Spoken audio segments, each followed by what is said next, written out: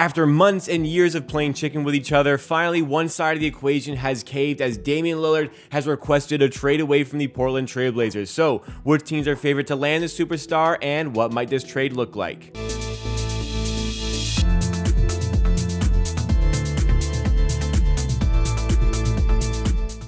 What's going on, everybody? Welcome to the board. This is the NBA content division of the Hammer Betting Network, and today we're going in on Damian Lillard to talk about which teams are in the race to trade for the player and what would the trades have to look like to allow Portland to want to make that trade and lose their superstar player. It's been months and years of this game here where it's clear the Portland Trail Blazers need to rebuild, but they don't want to be the bad guys forcing Damian Lillard out, saying they're going to look for a trade for the player. And Damian Lillard doesn't want to be the guy who runs from the grind and gives up on his team, because even though it was clear this is good for Portland, even though it's clear Damian Lillard, if he wants to win a championship, he has to leave, even still, Trailblazers fans are mad at Dame for giving up on the team. But I think this is the best case scenario for both parties, and I think it's the right time here to move on for both sides. So, which teams are likely to trade for the player? Well, if you've been following any NBA media, Damian Lillard has requested to go to the Miami Heat, and they are in the driver's seat to land the player. These odds are being pulled from DraftKings Sportsbook,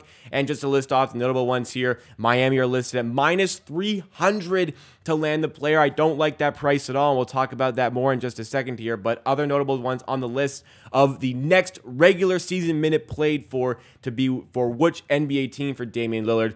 Boston Celtics are listed at plus 550. The Trailblazers are actually third here at 700.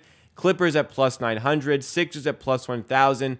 Other notable ones are the Brooklyn Nets at plus 1,200 and the San Antonio Spurs at plus 1,800. Damian Lillard has said he has some admiration for the San Antonio Spurs, the organization, so that is a trade that could go down, but I'm not sure if they are in the best place to do it. We'll talk about some trade scenarios in just a second here, but if you see any number you like, you want to take advantage of, you want to bet, and you're not signed up yet, make sure you do sign up to the DraftKings Sportsbook using our affiliate code. You can use the QR code in the bottom right corner of the screen right now, or the link in the description. Click on it, betstamp.app/theboard. That's for your audio listeners. Or you can simply type it in your web browser, betstamp.app/theboard. Doesn't cost you anything extra to sign up through this link, but it does give us some extra support to create content over here. So, Miami firmly in the driver's seat. Why do I not like that sort of price? Well, as much as Dame wants to go there, he requested a trade. And, maybe Portland will feel as though they owe something to Dame for his years of service to the team and how well he played for the team, willing this team into some playoff runs and in some playoff positions. But Dame requested a trade, and Portland, in my opinion, should be looking out for their best interests, because I'm not sure they're enticed by this deal from the Miami Heat, because any deal from the Miami Heat doesn't really include any phenomenal pieces coming in return, and the only piece that Miami think is phenomenal in return is Tyler Hero. But for the Trailblazers, who have so many guards, they have Anthony Simons already, they drafted Shaedon Sharpe last year and drafted Scoot Henderson this year.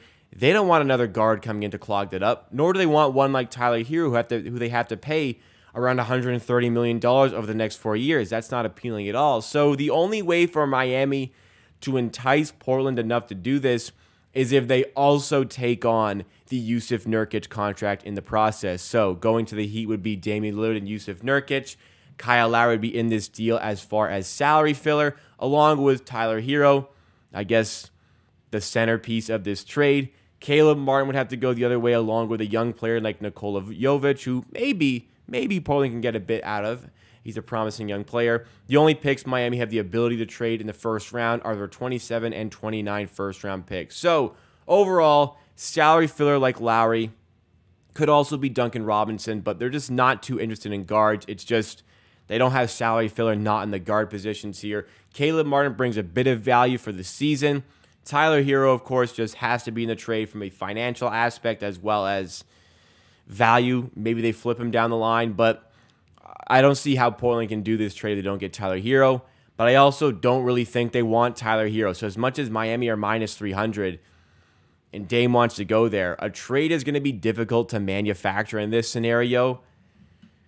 This would really have to be the case of Portland catering to the demands of Dame and saying, hey, if you want to go to Miami, we'll do what we can to make it happen. Miami got to come through with a big offer like that, and maybe a deal does go through. But a trade that is much more realistic and much more possible, if the team wants to offer it, is if Damian Lillard goes to the Philadelphia 76ers. The centerpiece of that trade wouldn't be James Harden in this discussion. They'd want a younger player here. And yes, I know I said the Trailblazers are not looking for guards, but if this one is on the table, according to some very credible reports, a trade would already be done, and that player is Tyrese Maxey. Tyrese Maxey would have to be in this deal along with Tobias Harris just for salary purposes. He's making almost $40 million this year. I know, crazy, but that contract comes off the books at the end of the year. It's an expiring contract that has some certain appeal. Not a lot of draft capital available here. They used a lot of it to get James Harden, so it would have to be a second-round pick via New York, the Knicks, for next year, a 2027 second-round pick, and the only tradable first-round pick is the 2029 first-round pick. But reports from Brian Windhorst, this would be straight up for Damian Lillard, by the way, reports from Brian Windhorst, one of the very most credible sources. Like, Windy won't say anything unless he's certain. He doesn't speculate. If he's certain, he'll say it. And he's mentioned that if Maxey was on the table, this trade in some capacity, Maxey as a centerpiece, would be done for Damian Lillard. But he also mentioned that the 76ers have no desire whatsoever in any shape or form to trade Tyrese Maxey. Could be 2005 LeBron James. Could be prime Michael Jordan, prime Wilt Chamberlain, whoever it may be. Tyrese Maxey is not getting traded, which if I'm the Sixers and I want to maximize this time with Joel Embiid and I want to get Joel Embiid a little bit happier to be in Philly, Damian Lillard and Joel Embiid in the pick and roll game sounds really, really fun. And if I'm the Sixers, I'm only giving up one first-round pick here. You know, it's a sunk cost what you gave up for Harden. You can still get value out of him in a trade in some way, shape, or form to balance this out a little bit more, but if I'm Philly, I'm probably moving Tyrese Maxey and getting Damian Lillard on my team and really, really going for this thing, going for a championship. But there's no desire to do so. One team who's really putting themselves in a position to maybe go and win a championship in the very near future, been very close the last couple of years, and that is the Boston Celtics. I've never really bought into the Celtics being one of the favorites here, but they're listed as a second favorite on DraftKings, as we saw.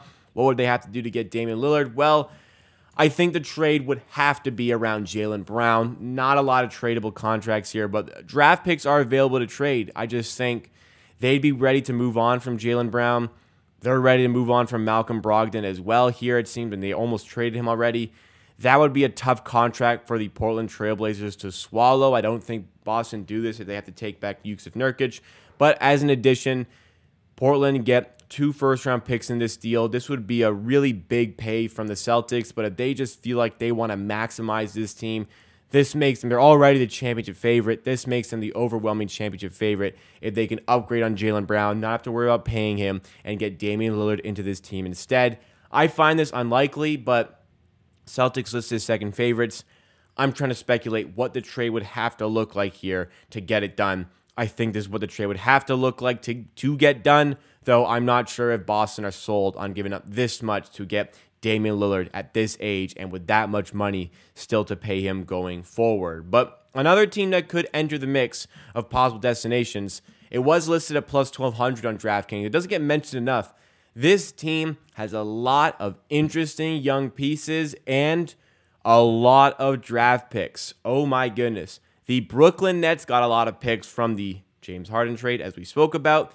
They also got a lot of picks from the Kevin Durant trade, and they did get 1 pick from the Kyrie Irving trade. And they can use all of these assets here to trade for Damian Lillard, and maybe they would have to take on Jusuf Nurkic. I've constructed it here without Jusuf Nurkic for it to happen, but we got to get there in some way with a salary. We start with Spencer Dinwiddie on $20 million. Again, an expiring contract. It's a guard, I know, but it's an expiring contract, which Portland can take a hold of.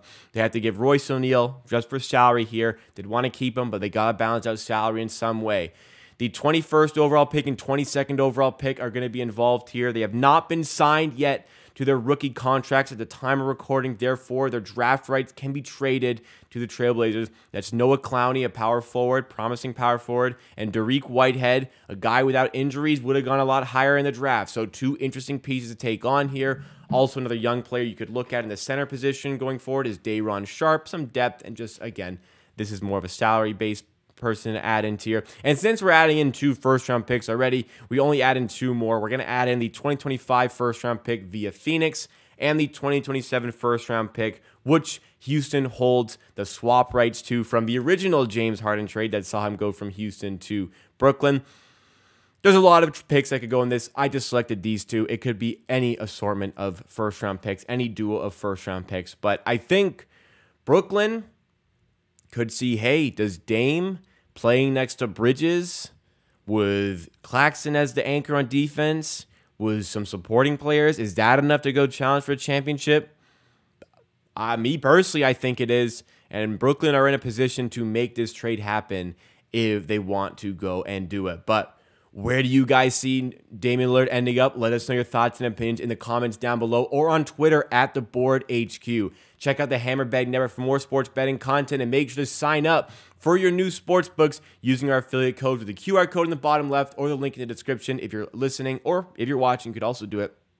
Betstamp.app/theboard. My name is Jacob, and I'll be back very soon for some more NBA content here powered by the Hammer Betting Network.